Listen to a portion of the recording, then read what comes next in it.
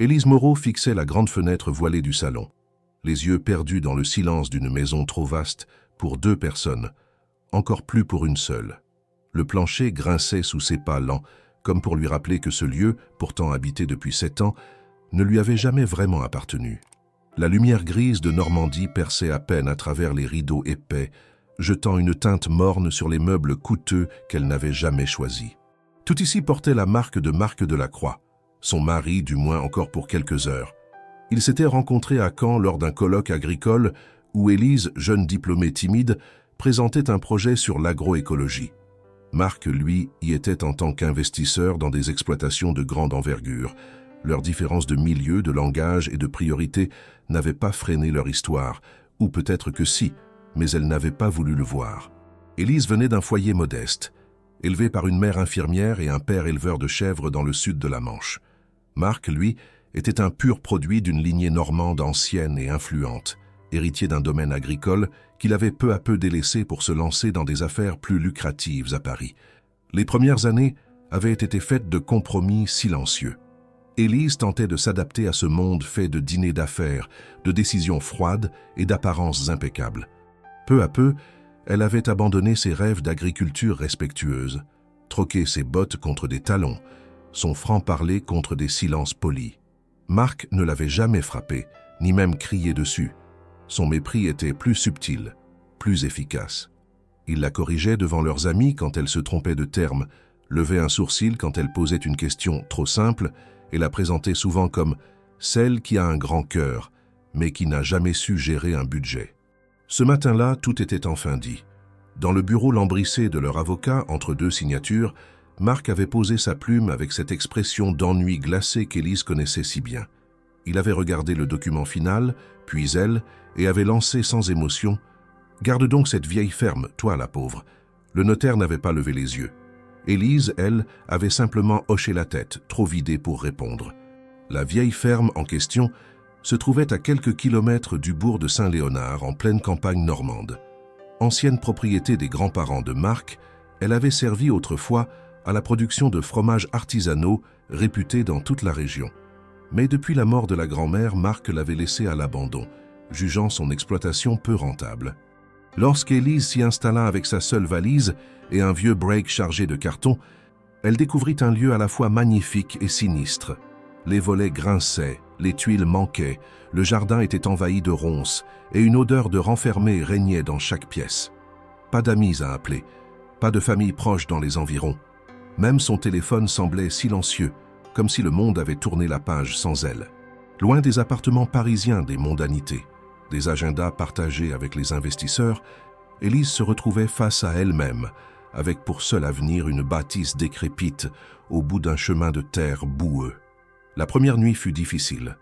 Le vent sifflait contre les vitres et les craquements du bois la réveillaient sans cesse.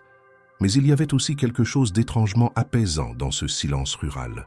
Le lendemain, elle enfilait pour la première fois depuis des années un vieux pull, des bottes, et partait explorer les lieux. L'écurie, vide depuis longtemps, était couverte de toiles d'araignées.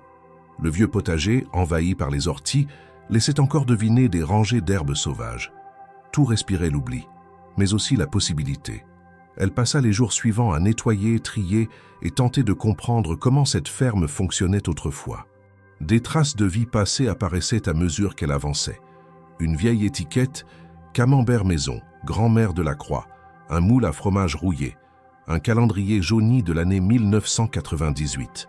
Le soir, exténuée, elle s'asseyait près de la cheminée qu'elle avait réussi à rallumer avec difficulté. Elle n'avait plus de revenus, plus de certitude, mais une étrange forme de liberté naissait dans ce dépouillement total. Marc ne lui avait pas laissé un centime. Les comptes avaient été soigneusement vidés de tout partage, mais il lui avait laissé autre chose sans le savoir, un endroit oublié, chargé d'histoire et un défi muet. Élise regardait les murs de pierre brute et murmurait parfois dans le noir « C'est ici que tu pensais m'enterrer ?» Il ne savait pas encore que c'était ici qu'elle allait renaître. Les journées devenaient plus longues à mesure qu'Élise s'enfonçait dans les entrailles de la vieille ferme. Chaque pièce, chaque recoin portait les marques d'un passé figé, comme si le temps lui-même avait refusé d'avancer après la mort de la grand-mère de la Croix. Dans le grenier, Elle avait trouvé une malle de vêtements d'une autre époque, des lettres jaunies par l'humidité et des carnets de comptes tenus avec une précision militaire. Pourtant, ce fut dans la grange qu'elle fit sa plus étrange et précieuse découverte. La bâtisse, à l'écart de la maison principale, tenait encore debout malgré les années de négligence. Les murs de pierre froide transpiraient l'humidité et le toit, couvert de mousse, laissait filtrer quelques traits de lumière pâle entre les tuiles fendues. Élise poussa la lourde porte en bois qui céda dans un grincement douloureux. À l'intérieur, l'air était vicié, épais d'un mélange de poussière, de paille moisie et de souvenirs en suspension. Elle passa plusieurs heures à dégager l'espace, à déplacer des outils rouillés, des seaux percés et des caisses vides. Ce fut en soulevant un couvercle de bois mal ajusté qu'elle aperçut un coffre plus petit, coincé sous une pile de journaux et de bocaux vides. Le bois du coffre était gravé de motifs floraux simples et la serrure n'avait plus de clé. Elle l'ouvrit avec précaution, craignant d'y trouver des restes de rongeurs ou pire, mais à l'intérieur, parfaitement conservé dans un tissu à carreaux rouges et blancs, reposait un cahier à la couverture usée, bordé de cuir noirci.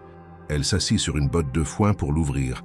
À l'intérieur, une écriture fine, soignée, remplissait les pages avec une régularité presque hypnotique. Le titre inscrit en haut de la première page la fit frissonner. Recette de Maman Louise, fromage en secret de cave. Maman Louise, le nom que les plus anciens du village avaient autrefois murmuré avec respect. La grand-mère de Marc, celle que l'on disait avoir été une fromagère d'exception, respectée bien au-delà des frontières du canton et dont le savoir-faire avait peu à peu sombré dans l'oubli, emporté par le mépris des héritiers pour les traditions. Le cahier n'était pas qu'une suite de recettes. Il racontait aussi des anecdotes, des erreurs à éviter, des conditions de cave à respecter, des conseils sur les temps d'affinage, les mélanges subtils d'herbes locales et même des remarques sur les animaux, les saisons, les humeurs du lait. Tout était écrit avec une précision empirique, nourrie d'expérience et d'intuition. Élise tourna chaque page avec un mélange d'admiration et de tristesse. Il y avait là un savoir immense, enfoui, ignorée par une génération qui avait préféré les profits aux traditions. Poussée par une curiosité sincère et un besoin impérieux de se sentir utile, elle décida d'essayer. Le lendemain, elle nettoya l'un des anciens moules à fromage et rassembla quelques ustensiles de fortune. Elle se rendit au marché de la ville voisine et acheta quelques litres de lait cru, des ferments, du sel, et revint en fin d'après-midi, les bras chargés, les idées bouillonnantes. Dans l'ancienne cuisine d'été, qu'elle transforma en atelier improvisé, elle suivit à la lettre les instructions d'une recette intitulée « Le doux paysan ».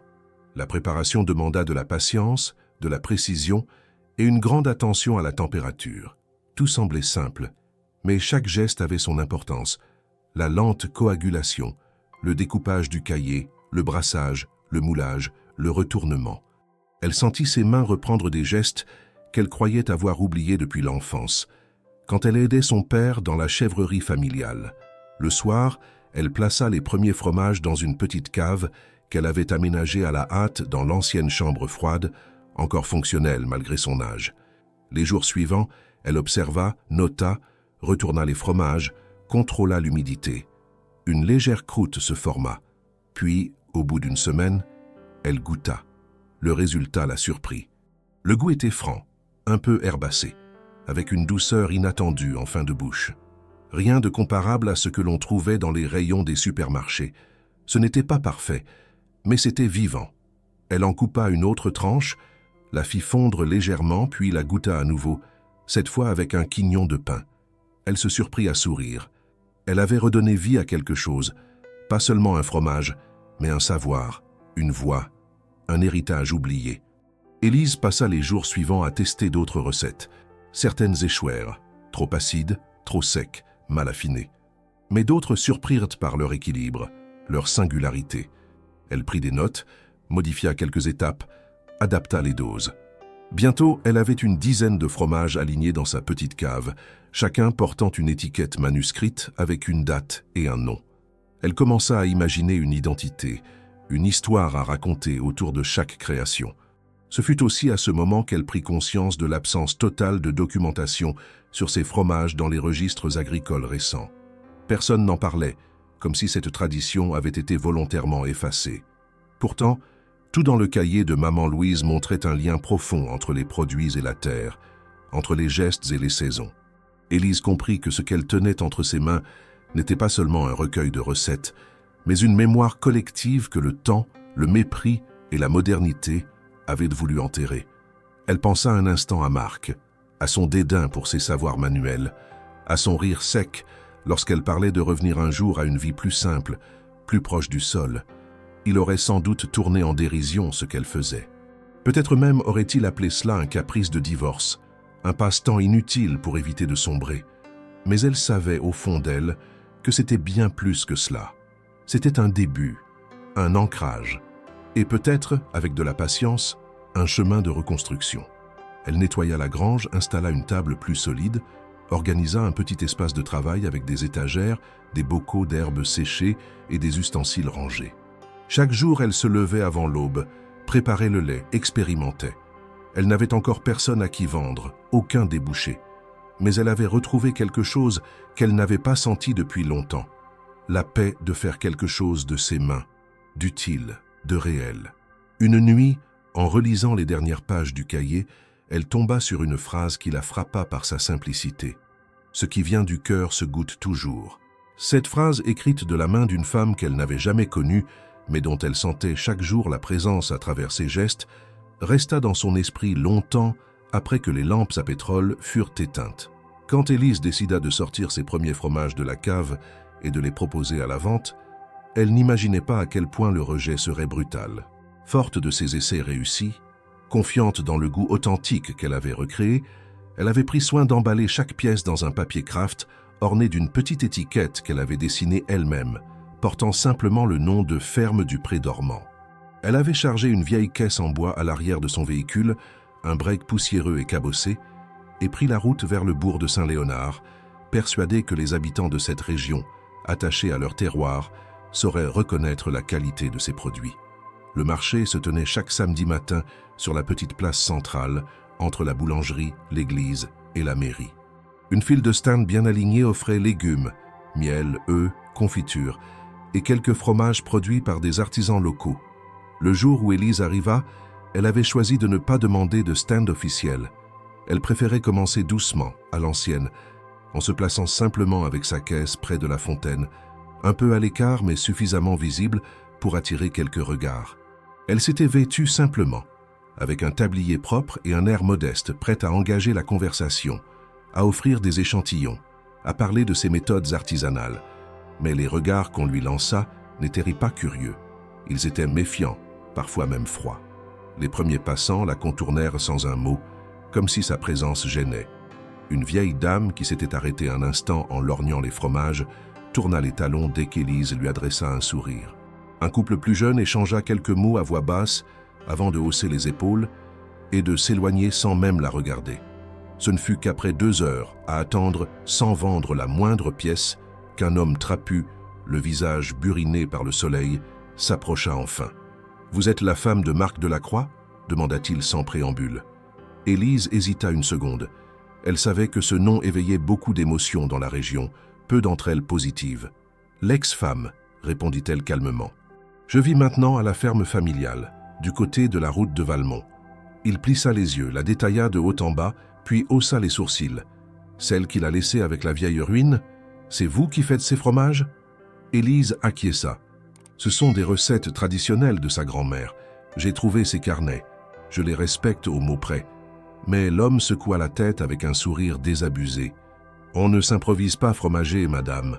Encore moins ici. Les Delacroix, c'est une histoire compliquée dans le coin.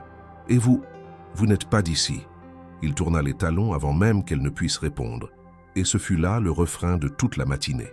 Les quelques personnes qui osaient lui parler évoquaient son lien avec Marc, leur divorce, la ferme abandonnée.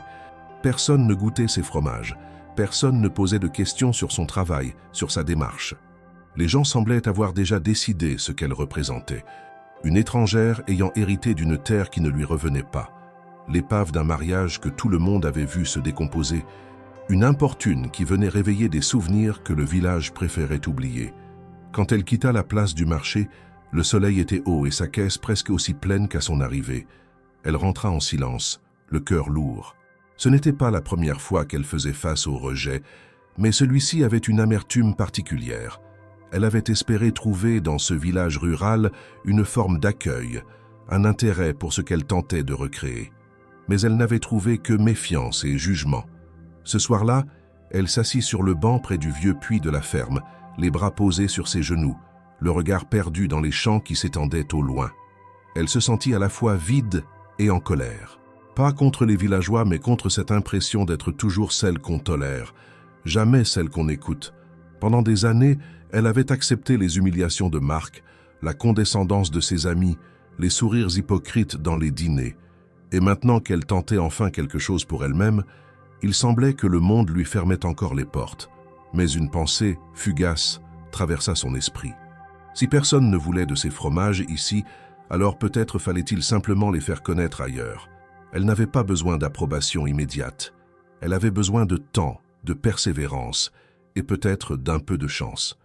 Le carnet de maman Louise contenait encore des dizaines de recettes à explorer. Chaque fromage était une nouvelle tentative, une nouvelle voie à réveiller. Le lendemain, elle nettoya son atelier avec plus d'énergie que d'habitude. Elle prit soin de retourner chaque fromage, d'affiner les étiquettes, d'améliorer l'organisation de la cave. Elle fit une liste des villages alentours, des cafés, des épiceries fines, des restaurants susceptibles d'accepter un échantillon. Elle ne savait pas encore comment elle allait franchir ces nouveaux obstacles, mais elle savait que rester là, à attendre une reconnaissance qui ne viendrait pas, n'était pas une option. Et surtout, elle décida de ne plus cacher son nom. Elle ne serait plus l'ex-femme de Marc Delacroix. Elle serait Élise Moreau, artisane fromagère, même si personne ne voulait l'entendre pour le moment. Même si le village lui tournait le dos, elle n'allait pas disparaître. Pas cette fois. Les jours qui suivirent furent silencieux, rudes et profondément solitaires. Élise se leva chaque matin avant l'aube, ouvrit les volets grinçants de la vieille ferme, prépara son atelier, puis se mit au travail dans un silence presque cérémonial. L'échec du marché avait laissé une marque, mais pas une plaie ouverte. C'était plutôt une cicatrice nouvelle, discrète, qui lui rappelait où elle ne serait jamais la bienvenue.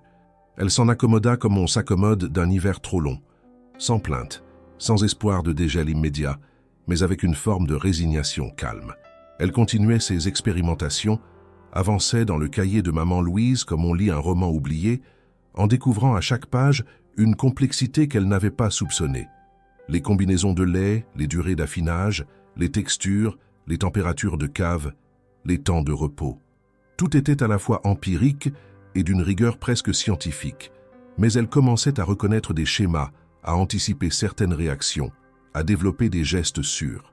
Elle travaillait avec l'acharnement d'une naufragée bâtissant son propre radeau. Un après-midi gris, alors qu'elle était en train de nettoyer des moules dans l'évier de pierre, un bruit sourd la fit sursauter. Un coup frappé à la porte de la cuisine, suivi d'un second plus lent. Elle s'essuya rapidement les mains sur son tablier, traversa la pièce et ouvrit. Sur le pas de la porte se tenait un vieil homme, chapeau de feutre enfoncé sur la tête, visage taillé à la serpe, dos légèrement courbé par le poids des années. Il portait une veste de velours usée et sous son bras, une boîte en bois. « Je peux entrer ?» dit-il simplement, sans sourire, d'un ton bourru. Élise s'écarta, intriguée. Il entra comme s'il connaissait les lieux par cœur, posa la boîte sur la table sans un mot, puis la regarda dans les yeux. « Je m'appelle Lucien. J'ai travaillé ici pendant 37 ans, avec elle. » Il ne précisa pas le nom, mais Élise comprit immédiatement. « Maman Louise. J'ai appris que vous avez retrouvé ces carnets, continua-t-il. C'est bien. Personne d'autre ne l'aurait fait. Pas ce feignant de Marc, en tout cas. » Il ouvrit la boîte et en sortit plusieurs objets.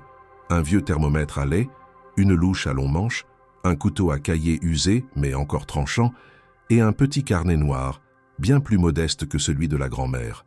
Ce sont ses outils, ceux qu'elle utilisait pour les recettes spéciales, ceux qu'on ne montrait pas aux visiteurs. Et ça, ajouta-t-il en désignant le carnet, ce sont mes notes. J'étais son assistant. Je sais comment elle travaillait, pas seulement ce qu'elle écrivait, ce qu'elle faisait vraiment. Et parfois, croyez-moi, ce n'était pas la même chose. Élise l'écoutait sans oser interrompre. Lucien avait l'air sorti d'un autre siècle. Il parlait avec lenteur, mais sans hésitation, d'un ton qui ne laissait pas place au doute. Il ne cherchait pas à impressionner, encore moins à plaire. Il apportait quelque chose de rare, une forme de mémoire directe, une fidélité sans fioriture. « Je vous ai observé, dit-il. Vous êtes mal vu au village. Vous portez le nom de celui qui a trahi beaucoup de monde ici. Mais ce que vous faites, ce n'est pas une lubie. Vous respectez ce que vous ne comprenez pas encore. C'est pour ça que je suis là. » Durant les semaines suivantes, Lucien vint presque chaque jour. Il ne restait jamais longtemps, jamais au-delà de l'après-midi.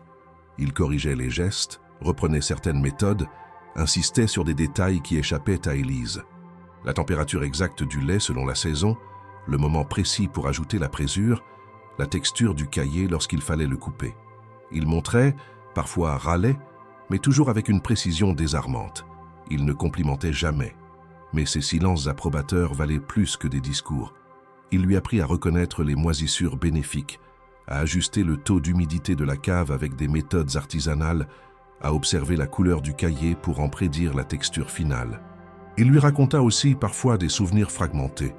Les visiteurs prestigieux qui venaient déguster les fromages de Louise, les nuits entières passées à retourner les meules, les années de sécheresse, les inondations, la fierté discrète de voir leur nom dans les journaux agricoles des années 70.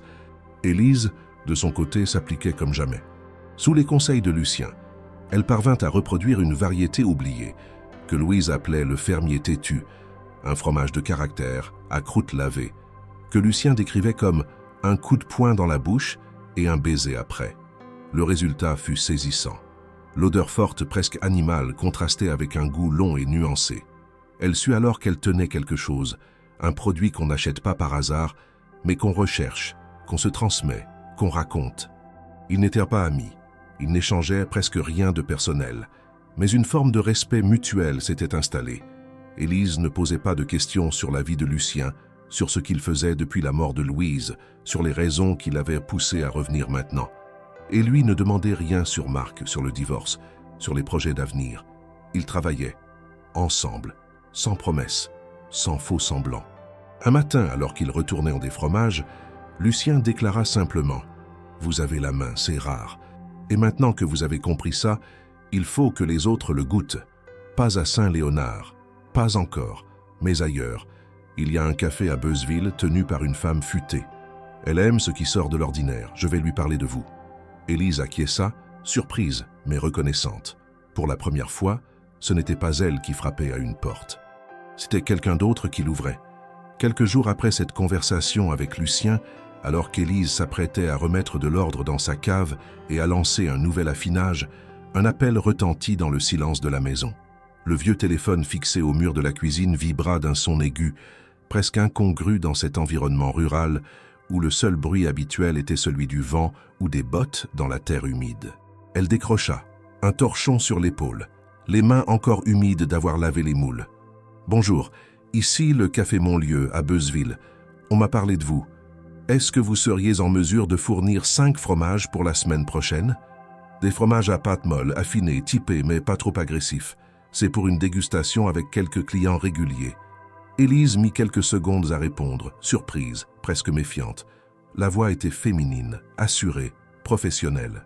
Elle n'avait jamais entendu parler de ce café, ni envoyé d'échantillons.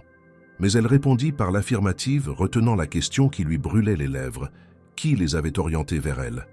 Elle prépara les 5 fromages avec une rigueur redoublée, choisissant 2 exemplaires du doux paysan, 2 autres du fermier têtu dans une version plus jeune, et un dernier issu d'une expérimentation récente à base de thym sauvage et de lait plus crémeux qu'elle n'avait pas encore osé nommer.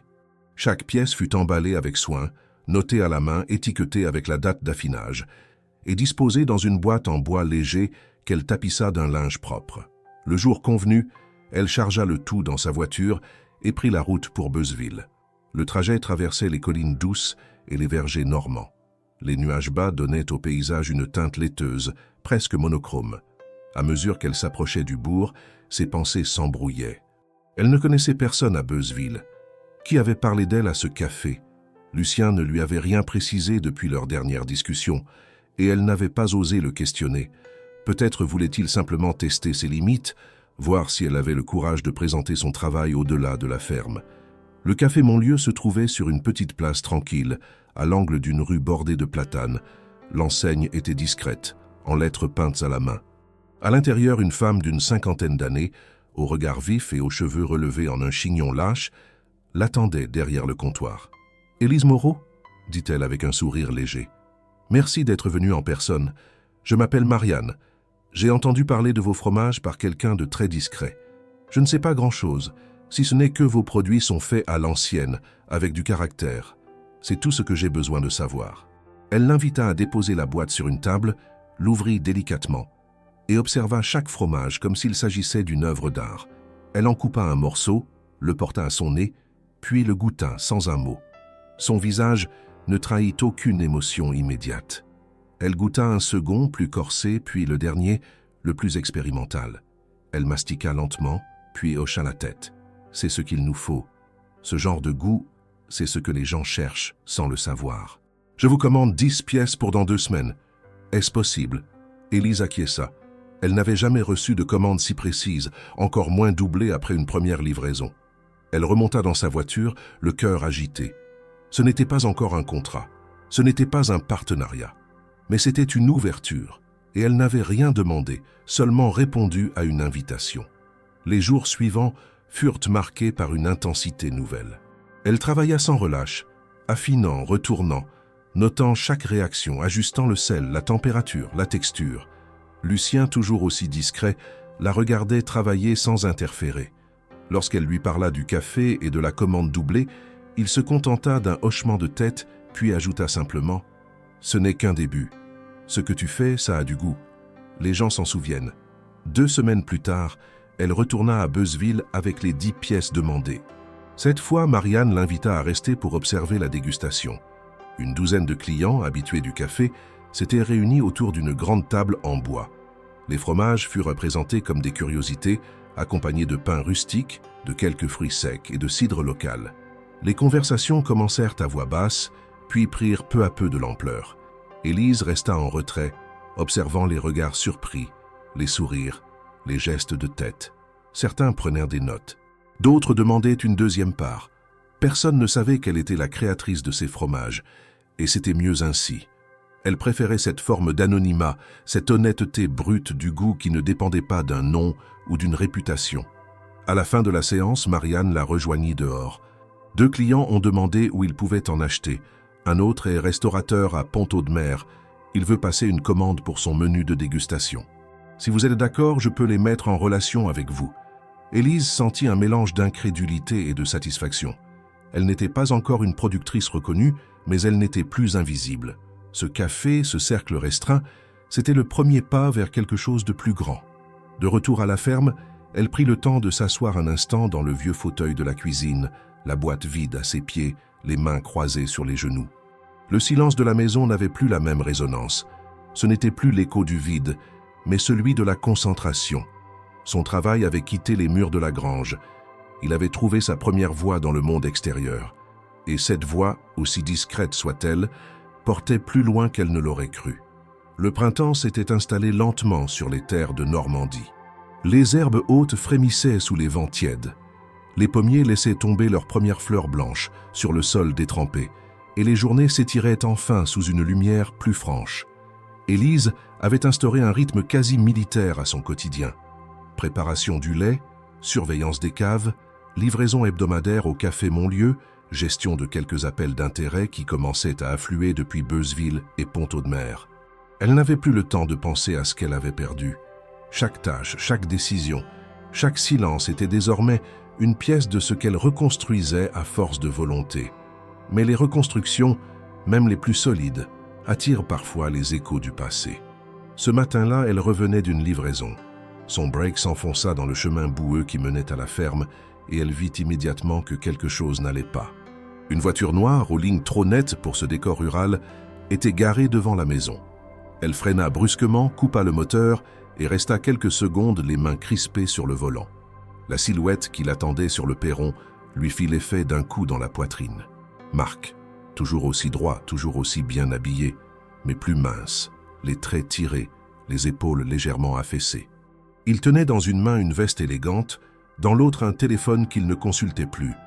Il leva les yeux en entendant les graviers craquer sous les pneus et un rictus, entre sourire et crispation, déforma brièvement ses lèvres.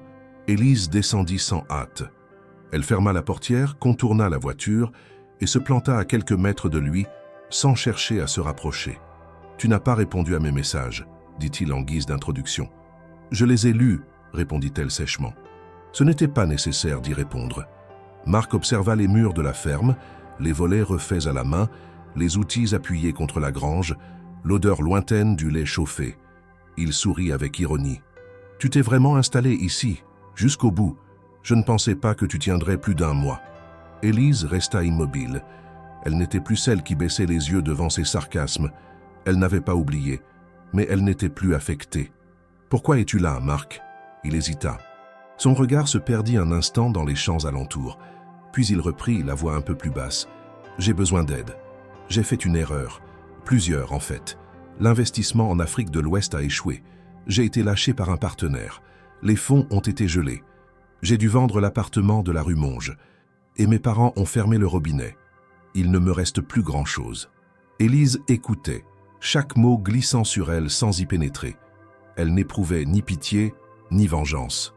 Ce n'était pas un triomphe, c'était une scène de clôture. « Et tu viens me dire ça, pourquoi ?» Marc haussa les épaules, presque désarmé. « Je suis passé au marché de Beuzeville, par hasard, et j'ai entendu parler d'un fromage, le Belle Élise. On m'a dit que ça venait d'ici. J'ai compris que tu avais vraiment relancé le truc de ma grand-mère. Je ne m'attendais pas à ce que ça prenne. J'ai pensé que, peut-être, on pourrait s'associer. J'ai encore quelques contacts. Des réseaux de distribution. On pourrait faire grandir ça. Tu sais que je suis doué pour vendre. » Elle sentit une colère froide monter. Non pas parce qu'il avait osé proposer une alliance après l'avoir humilié, mais parce qu'il n'avait toujours pas compris.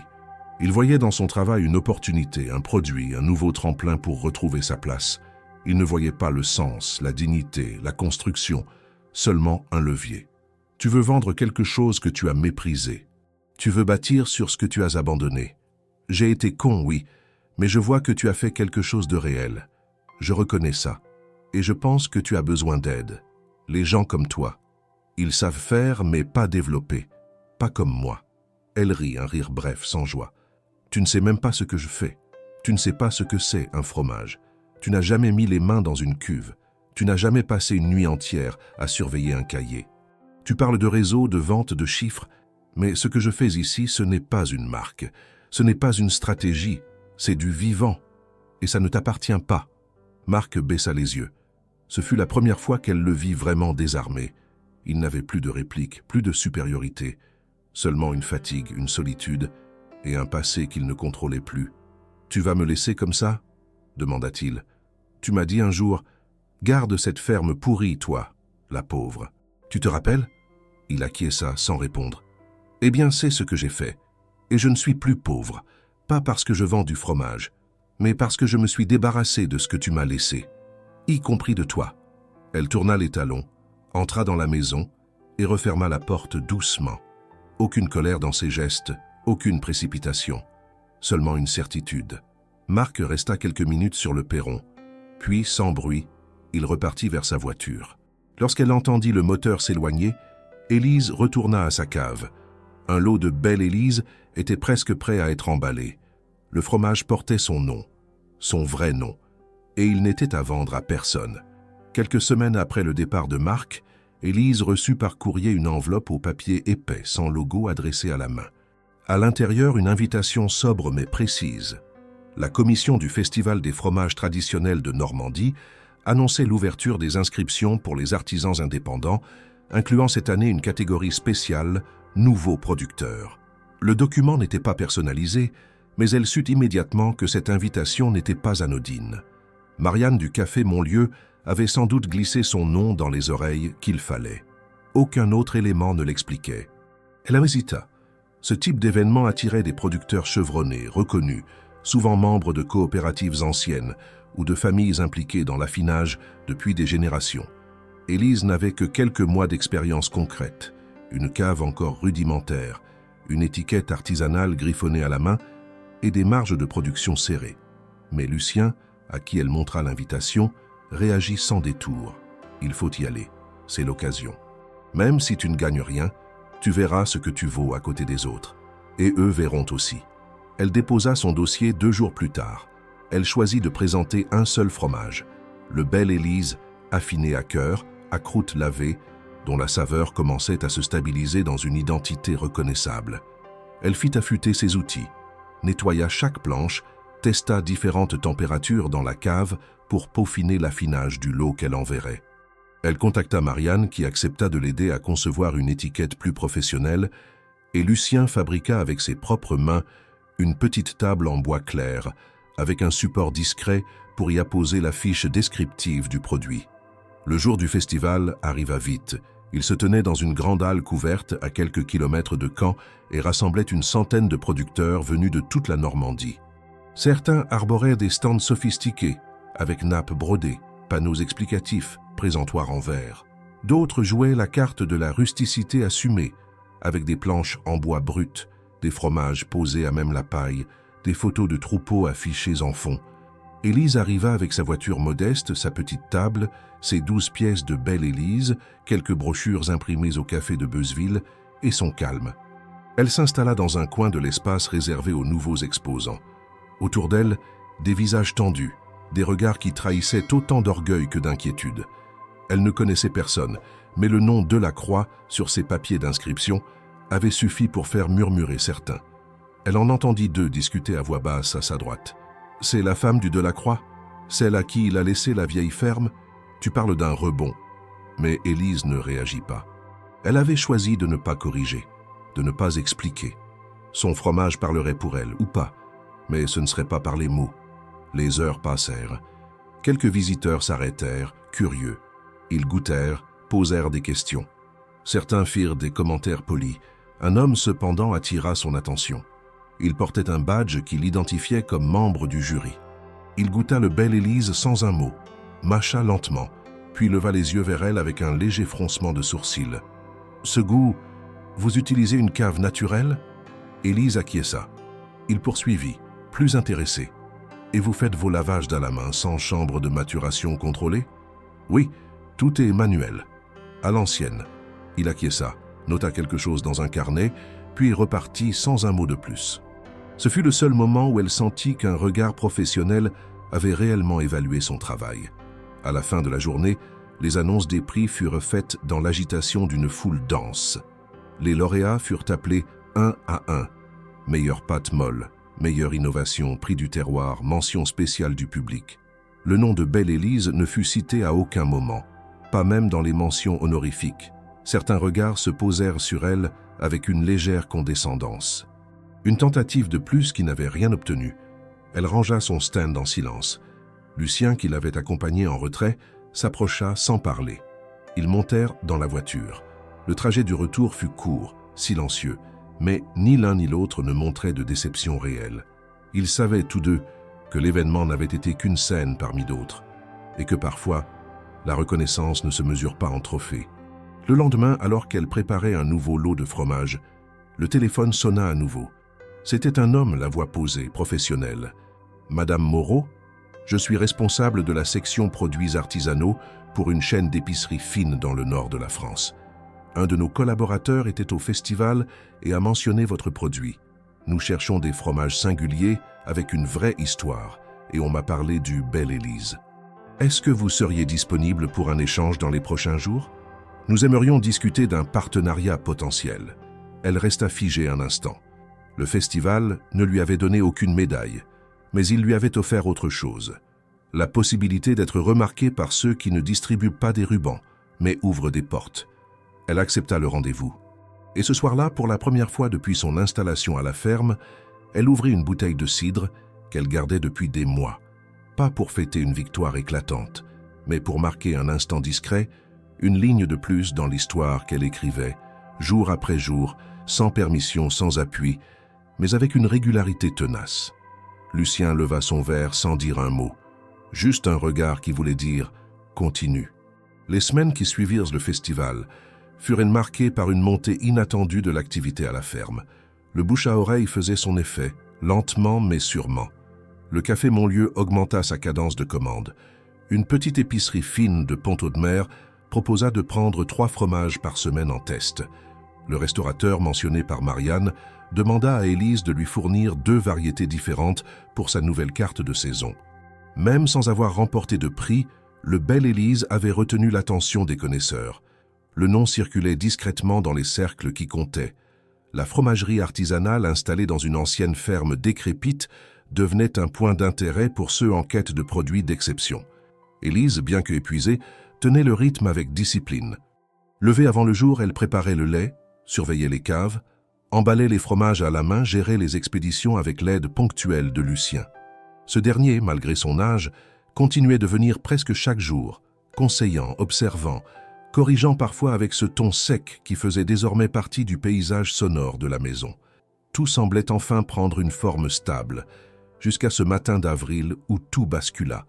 La journée avait commencé comme les autres. Le ciel était couvert, la rosée couvrait les herbes épaisses autour de la ferme et Élise s'apprêtait à finaliser une commande importante de 17 pièces destinée à un caviste parisien qui souhaitait faire une dégustation de produits régionaux. Elle descendit dans la cave, notant mentalement les pièces prêtes à emballer. Mais dès qu'elle ouvrit la porte, une odeur inhabituelle s'imposa. Quelque chose d'aigre, d'anormal, une chaleur trop élevée, une sensation d'humidité excessive. Son cœur se serra. Elle entra précipitamment et constata l'étendue des dégâts. Plusieurs meules affichaient une croûte affaissée, des taches suspectes, des couleurs brunâtres signalant un début de pourriture interne. Elle ouvrit l'un des fromages, coupa au centre. La pâte était devenue molle, collante, trop humide. L'odeur était agressive, signe d'un processus d'affinage interrompu brutalement ou mal dirigé. En quelques secondes, elle comprit que la chaîne de réfrigération avait été rompue. Elle se dirigea vers la chambre froide attenante. Le thermostat clignotait, indiquant une température supérieure à 12 degrés, bien au-delà des marges normales. Elle ouvrit le capot de l'unité de régulation. Un des câbles avait été débranché. Pas arraché, pas cassé par accident, mais soigneusement retiré de sa prise, remis en place de façon à donner l'illusion d'un fonctionnement normal à première vue. Le choc se transforma en stupeur, puis en colère. Ce n'était pas un dysfonctionnement technique. Quelqu'un était entré dans la cave, avait ouvert la chambre froide, débranché le système de régulation et refermé derrière lui. Et cette personne connaissait assez bien l'installation pour ne pas attirer l'attention. Elle vérifia les autres zones de stockage. Les dommages étaient limités mais réels. Sur les 60 pièces prévues pour les livraisons à venir, près de la moitié étaient inutilisables. Les pertes étaient considérables. Non seulement en valeur, mais en réputation.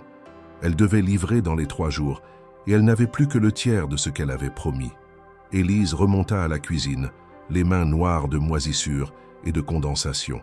Elle tenta de reprendre son souffle, de réfléchir. Aucune effraction n'était visible. La porte n'avait pas été forcée, la serrure de la cave non plus. Seules 2 personnes avaient accès à la clé, elle-même et Lucien. Et elle savait que ce dernier n'aurait jamais agi ainsi. Il n'aurait pas non plus su manipuler les câbles de la chambre avec une telle précision. Le seul autre nom qui surgit dans son esprit la fit frémir. Marc. Il avait été sur place. Il connaissait la ferme, le système de réfrigération, les habitudes. Il avait vu qu'elle recommençait à se faire un nom. Et il avait suffisamment d'orgueil blessé pour vouloir saboter ce qu'il considérait comme son ancien patrimoine. Mais Élise n'avait aucune preuve. Aucune caméra, aucun témoin, aucun enregistrement. Juste des soupçons et une intuition qui s'enracinait au plus profond d'elle. Elle pensa à appeler la gendarmerie, mais sans effraction ni trace claire, l'enquête serait vite classée. Et le temps jouait contre elle. La priorité était de sauver ce qui pouvait l'être. Elle appela immédiatement ses clients. Elle expliqua qu'un problème technique dans son unité de conservation l'obligeait à retarder ou réduire les livraisons. Elle choisit de ne pas mentir, mais aussi de ne pas se plaindre. Elle proposa des alternatives, offrit d'envoyer des échantillons de nouveaux lots plus tard, suggéra d'échelonner les commandes. Certains comprirent, d'autres moins. Le caviste parisien annula. Le restaurateur accepta de réduire sa commande de moitié. Marianne, fidèle, proposa de faire une dégustation gratuite pour écouler le stock encore viable afin de ne pas tout perdre. Élise se remit au travail immédiatement. Elle lança une nouvelle production en urgence, utilisa tout le lait qu'elle avait pu récupérer, travailla de nuit, surveilla les caves à chaque heure, renforça les cadenas, changea les serrures et contacta un technicien pour installer un système d'alarme rudimentaire. Lucien, informé des faits, serra les dents. « C'est pas une panne, dit-il. Quelqu'un t'a visé. Je ne peux pas le prouver non plus, mais je sais ce que je vois. Continue. Si tu t'arrêtes maintenant, C'est eux qui auront gagné. Ces mots résonnèrent en elle plus que n'importe quel conseil technique. Elle continua encore plus résolue. Le sabotage n'avait pas détruit sa production. Il avait renforcé sa vigilance. Il l'avait privé d'une part de ses ressources, mais pas de sa force de fer. Chaque nouveau fromage, désormais, serait un acte de résistance. Quelques jours après le sabotage, alors qu'Élise poursuivait sa production avec une intensité redoublée, convaincue que tout devait être reconstruit pièce par pièce, une enveloppe inhabituelle apparut dans sa boîte aux lettres. Elle était blanche, sans logo, sans adresse explicite. À l'intérieur, un exemplaire plié du Courrier normand, le principal hebdomadaire régional. Elle le déplia sans empressement, habituée à la publicité ou aux bulletins locaux peu engageants. Mais dès qu'elle vit la photo en noir et blanc, occupant un quart de la première page intérieure, elle s'arrêta. C'était la grange de la ferme, photographiée de biais, avec une lumière rasante qui mettait en valeur les pierres anciennes et les outils suspendus au mur. Le titre, en caractères gras, saisit son attention. Le terroir oublié renaît dans une ferme silencieuse de Normandie. L'article, signé par un journaliste nommé Alain Chazal, racontait l'histoire d'un fromage artisanal, redécouvert au Festival des fromages de Normandie. L'auteur décrivait une dégustation marquante, sans tapage ni trophée, mais qui avait retenu l'attention de quelques jurés par la justesse de ses arômes et l'authenticité de sa méthode. Il parlait du bel Élise comme d'un exemple rare de transmission interrompue puis ranimée, d'un produit qui puisait dans un héritage réel sans tomber dans la nostalgie commerciale. Il mentionnait une ancienne recette familiale, la solitude d'un travail manuel dans une ferme réhabilitée et le refus d'intégrer les logiques industrielles. Aucune phrase n'était romantique, aucune exagération. Juste un récit factuel, mais porteur d'une sincérité difficile à ignorer. Élise lut l'article en silence, puis le relut une seconde fois, plus lentement. À aucun moment son nom complet n'était cité. Elle était simplement la productrice de la ferme de Valmont, héritière d'un savoir-faire méconnu. Mais pour ceux qui connaissaient la région, la référence était claire. Ce n'était pas un portrait flatteur, c'était un témoignage. Et il était publié dans un journal qui circulait dans tous les bistrots, les mairies, les salles d'attente des vétérinaires et les écoles agricoles de la région. Le même jour, vers la fin de l'après-midi, le téléphone sonna. Cette fois, c'était un épicier de Rouen. « J'ai vu un article dans le Courrier. Ce fromage dont il parle, c'est bien vous? On m'a dit que vous vendiez à Beuzeville. J'aimerais en proposer chez moi. Pas en grande quantité pour l'instant, mais pour tester. Est-ce que vous pourriez m'envoyer une fiche produit et des tarifs ?» Moins d'une heure plus tard, un autre appel. Une femme, cette fois, se présenta comme attachée de presse pour un site culinaire indépendant. Elle souhaitait interviewer Élise, parler du processus, visiter la ferme. Elle avait été alertée par le même article, relayé en ligne par un blog consacré à l'alimentation durable. Le soir, Élise avait déjà reçu 5 demandes. Une de Caen, 2 de Paris, une d'un fromager belge et une d'un organisateur d'événements gastronomiques prévus pour l'automne. Le bouche à oreille, amorcé au festival, avait trouvé un vecteur plus large. Et ce n'était pas par marketing, c'était par contenu. Élise n'avait rien demandé. Pas de stratégie de communication, pas d'agent, pas de campagne. Son histoire s'était racontée toute seule, parce qu'elle s'était tenue debout, malgré les refus, les sabotages, les regards. Parce qu'elle était enracinée dans un travail réel, observable, mesurable. Rien d'inventé, rien de fantasmé. Seulement du lait, des gestes, du temps et une exigence constante. Lucien arriva le lendemain matin, un exemplaire du même journal sous le bras. Il ne fit aucun commentaire en entrant. Il posa simplement le journal plié sur la table de la cuisine, puis sortit son couteau de poche et commença à peler une pomme qu'il avait apportée. « T'as lu » lança-t-il enfin, sans la regarder. « Oui, c'est pas mal, hein, pour une pauvre comme toi. » Elle sourit. C'était la première fois qu'il faisait référence, même indirectement, à la phrase de Marc. Et dans sa bouche, c'était devenu une blague, presque une forme de reconnaissance. Les jours suivants furent plus denses. Elle dut refuser certaines propositions trop ambitieuses, trop éloignées de ses capacités actuelles. Elle envoya des fiches techniques, prit rendez-vous avec 2 nouveaux distributeurs et programma une visite pour le journaliste qui l'avait contacté. Elle n'avait ni le temps, ni l'envie de se transformer en commerciale, mais elle comprenait qu'elle devait désormais choisir avec soin à qui elle faisait confiance. Chaque client serait un relais de ce qu'elle construisait, ou une menace de dilution. La ferme, lentement, prenait un autre visage. Le vieux hangar servait désormais de salle de stockage pour les cartons et les étiquettes. Un ancien appendice fut nettoyé pour devenir un local d'accueil rudimentaire. Elle n'avait pas encore les moyens d'embaucher, mais Lucien avait proposé de faire venir un de ses petits-neveux pour aider à la manutention. Une étape, une précaution. Élise refusait toujours les dettes, les crédits, les bons en avant trop précipités. Elle voulait que chaque mètre carré repris à la décrépitude soit mérité. Elle reçut aussi une lettre manuscrite, signée de l'auteur de l'article. Alain Chazal s'excusait de ne pas l'avoir prévenu avant publication. Il expliquait qu'il avait goûté son fromage au festival, pris des notes, puis retrouvé sa trace grâce à des contacts partagés avec Marianne.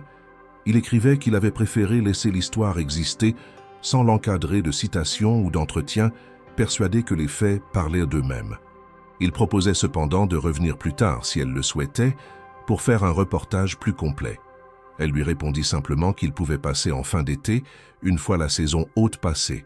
Ce serait alors le bon moment pour raconter ce qui se serait consolidé. Le succès n'était pas encore là. Il n'y avait pas de sécurité, pas d'assurance. Mais la visibilité, elle, s'était installée. Non pas comme un feu d'artifice, mais comme une braise stable. Quelque chose qu'on pouvait nourrir. Pas une promesse, mais une base. La fin du printemps amena avec elle une densité nouvelle dans le quotidien d'Élise. Les jours s'enchaînaient sans pause, remplis de tâches minutieuses, de réponses à envoyer, de lots à contrôler, de documents à signer.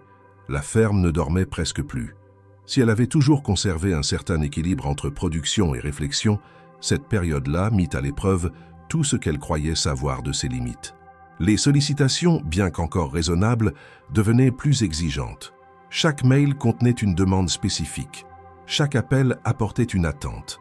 Les partenaires, curieux d'abord, commençaient à devenir précis. Délai, quantité, exclusivité, conditions logistiques.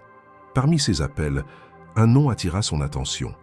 La secrétaire se présenta comme représentant une entreprise spécialisée dans l'agroalimentaire biologique, basée à Lyon, avec des bureaux à Paris et Bruxelles. Ils souhaitaient discuter d'un éventuel partenariat stratégique avec Élise.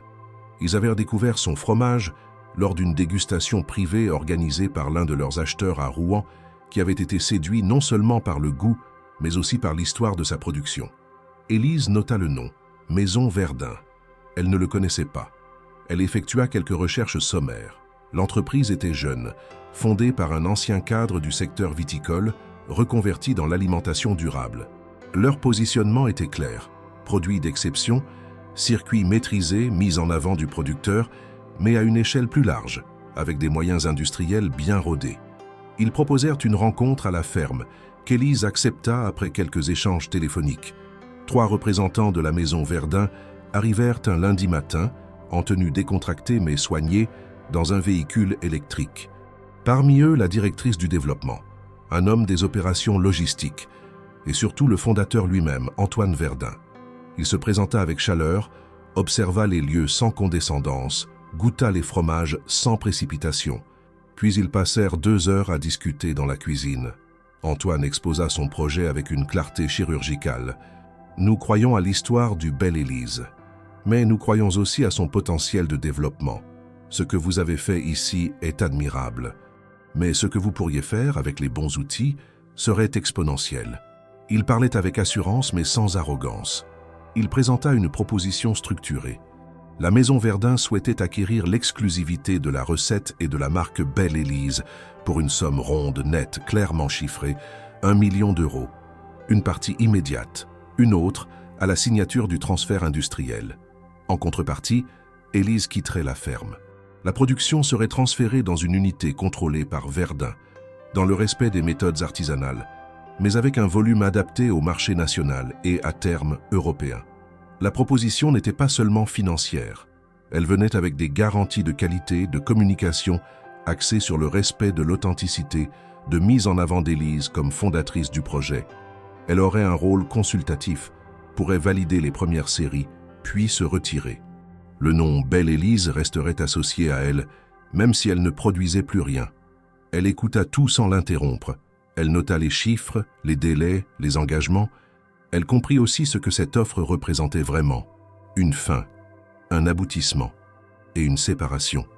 Après le départ des représentants, elle resta seule dans la cuisine. Elle ne dit rien, ne pensa même pas tout de suite à Lucien.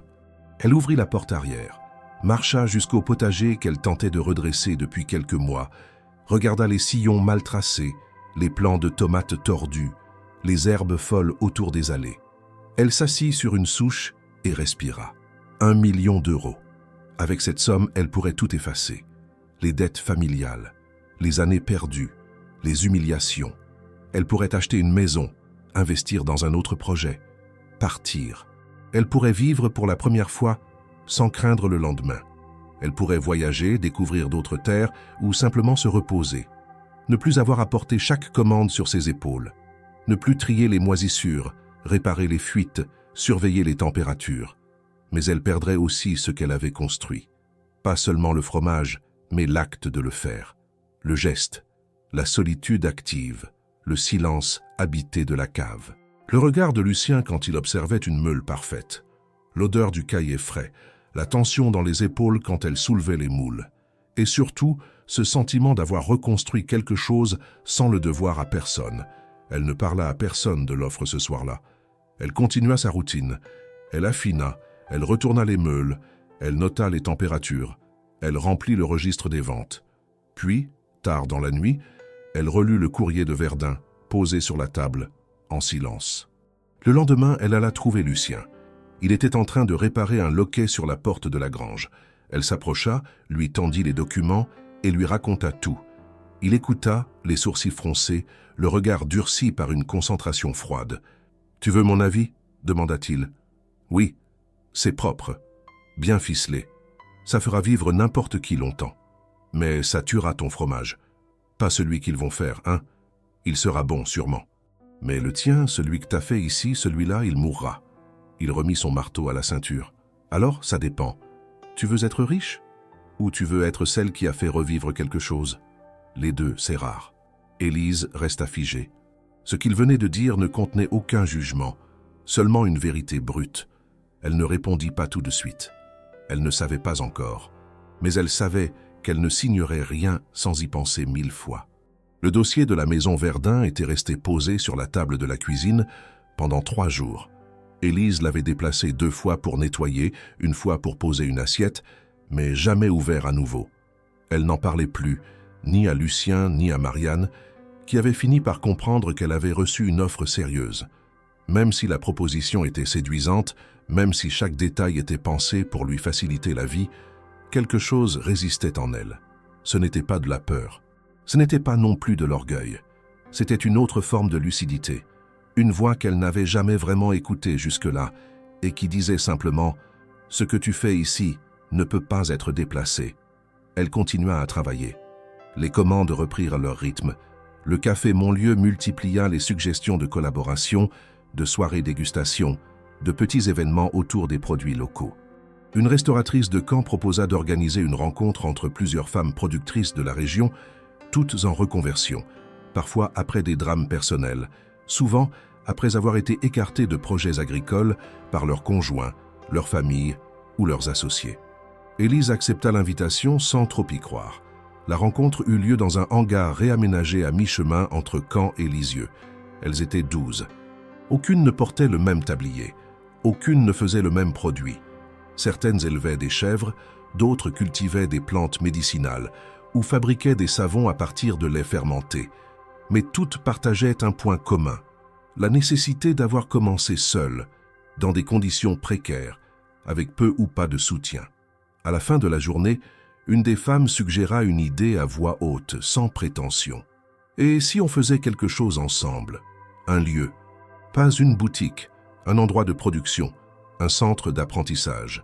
Les mots restèrent suspendus dans l'air comme un fil à tirer. Élise rentra à la ferme avec cette idée en tête. Un centre, une coopérative, une vraie structure. Elle sortit un carnet et commença à poser des chiffres. Le lait, elle pouvait en obtenir davantage en passant contrat avec 2 fermes voisines. L'espace, elle l'avait. Les dépendances en ruine pouvaient être réhabilitées. Les outils, elle en possédait la majorité.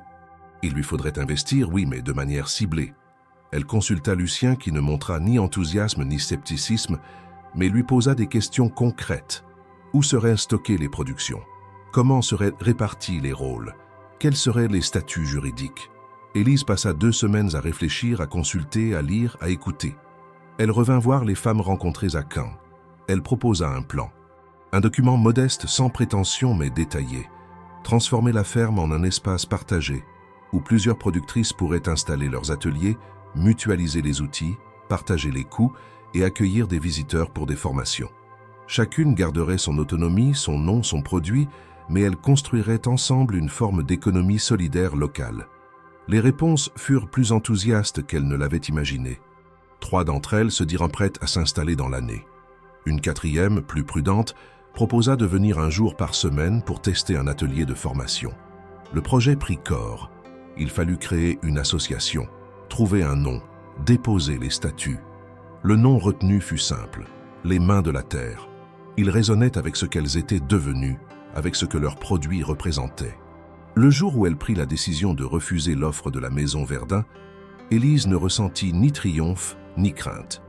Elle envoya un mail clair, sans justification émotionnelle, seulement une explication rationnelle. Elle préférait continuer à produire sur place, à son rythme, en développant un projet collectif qui lui semblait plus en adéquation avec ses valeurs. La réponse de Verdun fut brève, polie, professionnelle. Il lui souhaita bonne continuation et conclut par cette phrase « Ce que vous faites est précieux mais trop ancré pour être déplacé. Je respecte cela. » Elle ne partagea cette réponse avec personne. Elle la rangea dans un dossier sans plus y revenir. L'été arriva avec ses excès de lumière, ses longues heures de travail et ses premières formations dans la ferme. Une ancienne salle de stockage fut transformée en espace pédagogique. Une table longue, des tabourets, quelques outils suspendus au mur. Une femme venue de Dieppe proposa un atelier sur les fermentations naturelles. Une autre initia un groupe à la fabrication de cosmétiques à base de cire et de plantes locales. Les enfants couraient entre les bottes de foin, les rires résonnaient jusque dans la cave. La ferme n'était plus silencieuse, elle n'était plus solitaire. Élise, de son côté, poursuivait la fabrication du bel Élise. Elle n'augmenta pas les volumes. Elle refusa de transformer son atelier en ligne de production. Elle préféra former 2 jeunes femmes de la coopérative à ses méthodes. Elles vinrent observer, poser des questions, noter. Elles apprirent à sentir, à retourner, à reconnaître les signes discrets du bon affinage. Le fromage gardait sa forme, son nom, mais son processus devenait partageable. Un jour, Lucien entra dans la salle de production, observa les 2 jeunes à l'œuvre, puis la regarda en silence. « Tu viens de faire ce que Louise a jamais osé, » dit-il simplement. Elle savait, elle tenait, mais elle n'a jamais transmis. Toi, t'as cassé le cercle. Il repartit sans en dire plus. La ferme, autrefois laissée pour morte, devint un centre vivant, un endroit de passage, d'apprentissage, de lente transformation. Pas un temple, pas un musée, un atelier du réel. L'automne s'installait lentement sur les terres de Normandie, recouvrant les prairies d'un voile de brume matinale et dorant les feuillages des pommiers qui bordaient les chemins de terre. À la ferme, les activités ne ralentissaient pas. Au contraire, les femmes de la coopérative Les Mains de la Terre enchaînaient les ateliers, les livraisons et les formations avec une régularité nouvelle. L'organisation prenait forme, structurée, dynamique, mais toujours fidèle à l'esprit de ses fondations. Élise, bien que souvent sollicitée, continuait à privilégier le travail silencieux de la cave, là où le temps ralentit, où chaque geste compte, où la main décide plus que la parole. Un jeudi matin, alors qu'elle revenait du petit hangar converti en bureau, Élise aperçut une silhouette au loin, arrêtée près de la barrière d'entrée. Elle plissa les yeux. La brume ne permettait pas encore de distinguer clairement les traits. Mais la posture, le manteau, cette façon d'attendre sans bouger trahissait une certaine nervosité. Plus elle s'approchait, plus elle reconnaissait cette allure familière, même si affaiblie. C'était Marc. Il avait changé. Son visage semblait creusé, ses cheveux plus rares, ses yeux plus lourds. Il tenait un sac de voyage usé et portait un pantalon qui n'avait rien à voir avec ses anciens costumes taillés. Lorsqu'il la vit, il s'avança, hésitant, le regard fuyant. « Bonjour Élise, dit-il simplement. » Elle s'arrêta à quelques mètres de lui, les bras croisés. Elle ne ressentait ni colère, ni peur, ni même surprise. Il semblait vidé de tout ce qu'il avait été. Qu'est-ce que tu fais ici ?» Il prit une inspiration, comme pour chercher l'air nécessaire à sa réponse. « Je n'ai nulle part d'autre où aller. Tout s'est effondré. Les derniers investisseurs se sont retirés. Je suis endetté et fatigué. J'ai essayé de trouver un emploi, mais mon nom, il n'ouvre plus les portes. Il les ferme. Alors, je suis venu ici. Je sais que c'est impensable, mais je te le demande quand même. J'ai besoin d'un travail. » Élise le regarda en silence. Autrefois, une telle demande aurait peut-être éveillé en elle un désir de revanche, une forme de satisfaction amère. Mais ce jour-là, elle ne ressentait rien de cela. Elle se souvenait de tout, certes, de ses humiliations, de son mépris, de son départ. Mais elle n'était plus la femme abandonnée. Elle était devenue une autre. Et ce qui avait été dit, ce qu'il avait détruit, ce qu'il avait laissé derrière lui, n'avait plus de place ici. « Il y a des gens qui travaillent ici, » dit-elle calmement. Des femmes qui ont connu la misère, le rejet, parfois bien pire. Elles ont reconstruit leur vie avec leurs mains, jour après jour, sans bruit, sans appui. Je ne peux pas te proposer un emploi, pas parce que je veux me venger, mais parce que ce lieu aujourd'hui ne peut pas être l'endroit où tu viens effacer ton passé. Ce n'est pas une planche de salut, c'est une construction fragile, et je ne te fais pas confiance. Marc baissa les yeux. Il ne protesta pas. Il hocha simplement la tête comme si cette réponse lui était familière, attendue, presque méritée. « Je comprends, » murmura-t-il. « J'avais besoin d'entendre ça de toi. » Il tourna les talons, marcha lentement jusqu'à la barrière. Avant de sortir, il se retourna une dernière fois. « Je ne t'ai jamais vraiment vue, Élise. Je croyais t'avoir cerné. Mais je n'ai rien compris. Pas à toi, pas à ce lieu, pas à ce qu'on pouvait construire sans mépriser. » Elle ne répondit rien. Il passa la barrière et disparut dans la brume, avalé par la route, par le silence du matin. Lucien, qui observait la scène depuis l'entrée du hangar, s'approcha d'Élise sans un mot. Il lui tendit une caisse remplie de planches à nettoyer. « On a reçu les nouvelles étiquettes, dit-il. Faut les coller avant demain, il y a un groupe scolaire qui passe. » Élise prit la caisse, le remercia d'un signe de tête et rentra dans l'atelier. La routine reprit, comme si rien ne s'était passé. Mais quelque chose pourtant avait été refermé. Non pas un conte, non pas une vengeance, mais une boucle, une confirmation, que les murs qu'on reconstruit à la main ne sont pas faits pour accueillir ceux qui les ont démolis, que la dignité retrouvée ne se partage pas avec ceux qui l'ont piétinée, et surtout que le pardon n'est pas un retour, c'est un pas de plus vers l'avant. Ce soir-là, la ferme était animée. Des participantes de la coopérative installaient une nouvelle serre à l'arrière. D'autres s'occupaient de la cuisine où se préparaient les repas partagés. Des enfants couraient, des rires fusaient, des outils circulaient de main en main. Élise, dans sa cave, rangeait les derniers lots. Elle s'accorda une minute, le dos appuyé contre le mur, les yeux fermés. La fatigue était là, mais aussi une paix nouvelle. Marc ne reviendrait pas. Il n'y aurait pas de chapitre supplémentaire à écrire à son sujet. Sa présence, même brève, avait permis de mesurer le chemin parcouru. Pas en kilomètres, mais en ancrage. La ferme appartenait désormais à une autre histoire, et cette histoire n'avait plus besoin de revenir en arrière. Le mois de novembre approchait de sa fin, et Paris vibrait déjà au rythme des préparatifs de fin d'année. Les vitrines se couvraient de guirlandes, les rues s'illuminaient de décorations suspendues, les marchés gastronomiques fleurissaient dans les arrondissements, attirant touristes et curieux.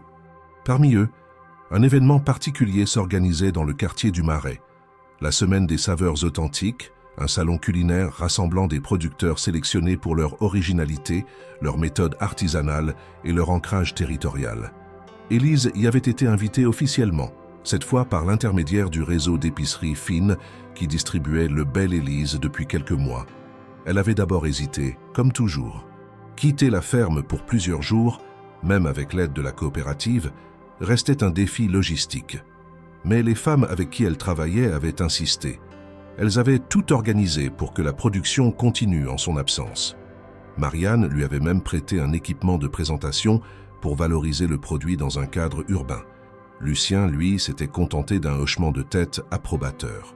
Le salon se tenait dans un ancien bâtiment industriel reconverti en espace d'exposition. Des dizaines de stands occupaient la halle. Du pain au vin, en passant par les confitures, les huiles rares et les viandes affinées, chaque producteur présentait le fruit d'un travail minutieux. Élise, installée dans un coin modeste mais bien visible, posa ses fromages sur une table couverte de lin brut. Derrière elle, une photographie de la ferme prise à la lumière d'un matin brumeux servait de toile de fond. L'enseigne indiquait simplement « Belle Élise, fromage de Normandie, production artisanale ». Le public afflua. Les dégustations commencèrent. Des chefs, des acheteurs, des journalistes, mais aussi des passants venus sentir, goûter, s'étonner. Le Belle Élise attira l'attention. Sa croûte lavée, son goût subtil mais présent, son odeur affirmée mais équilibrée séduisirent. Élise répondit aux questions avec calme. Elle parlait peu, allait à l'essentiel. Elle expliquait les gestes, le processus, l'origine. Elle n'exagéra rien, ne romantisa rien. Elle montrait les mains, les outils, les femmes derrière chaque meule. Le troisième jour, en fin de matinée, une voix dans les haut-parleurs annonça qu'un hommage spécial serait rendu à un producteur sélectionné par le comité d'organisation pour l'ensemble de sa démarche. Un prix qui ne visait pas la quantité ni même l'innovation, mais la capacité à réconcilier méthode, éthique et transmission. Le nom d'Élise Moreau fut prononcé. Elle monta sur la petite scène installée au centre de la halle, entourée de tables encore animées par les dégustations. Le silence s'imposa. Un animateur lut un court texte sur son parcours, sans emphase inutile. Il rappela le travail accompli dans une ferme abandonnée, la relance d'une recette oubliée, le choix de la production locale plutôt que de l'industrialisation et la création d'un espace collectif qui redonnait une place à celle qu'on avait souvent ignorée. On lui tendit un micro. Elle le prit mais resta quelques secondes sans parler. Elle vit les visages devant elle, des visages inconnus mais attentifs. Elle pensa à Marc, à la phrase qu'il lui avait lancée comme une gifle, un matin de divorce dans le bureau d'un notaire parisien.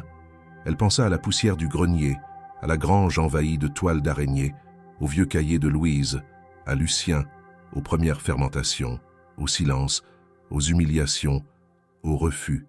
Et maintenant, elle était là, pas comme une revanche, mais comme une continuité. Elle parla doucement. « On m'a dit, il y a quelque temps, garde cette vieille ferme pourrie, toi, la pauvre. J'ai gardé la ferme, et je n'étais pas pauvre. J'étais juste pas encore construite. » Un léger murmure d'étonnement parcourut l'assistance. Elle poursuivit, sans hausser le ton. « J'ai appris que tout ne se développe pas avec de l'argent. Certaines choses se développent avec du temps, avec de l'insistance, avec des mains. J'ai appris aussi qu'on ne fabrique pas un bon produit pour le vendre. On le fabrique pour qu'il ait du sens. Si ensuite il se vend, tant mieux. Mais s'il ne se vend pas, il vaut quand même quelque chose. » Elle remercia rapidement les organisateurs et quitta la scène. Elle ne resta pas pour les photos, ni pour les félicitations protocolaires. Elle retourna à son stand, reprit les dégustations, servit les curieux comme si rien n'avait changé. Le lendemain, un article dans un grand journal national mentionna son nom parmi « Les voies à suivre de l'agriculture artisanale féminine ». Un journaliste du secteur gastronomique publia une chronique entière sur le Belle Élise comme exemple parfait de résistance par le goût. Une émission de radio la contacta. Une maison d'édition demanda si elle accepterait de raconter son parcours dans un livre. Elle répondit à tout avec le même calme. Elle n'était pas une héroïne, elle avait simplement tenu. De retour à la ferme, les femmes de la coopérative l'accueillirent avec une banderole peinte à la main. Elles avaient organisé un petit apéritif improvisé. Les enfants couraient. Le four de la cuisine diffusait une odeur de pâte chaude. Lucien leva un verre, sans rien dire. Élise sourit. Et dans un coin de la cuisine, accrochée à un clou, pendait une ancienne étiquette de fromage trouvée dans le grenier. Dessus, au stylo, une inscription presque effacée. « Fière d'être du sol ». Ce soir-là, ce fut cette phrase, et non la sienne, qu'elle répéta doucement pour elle-même.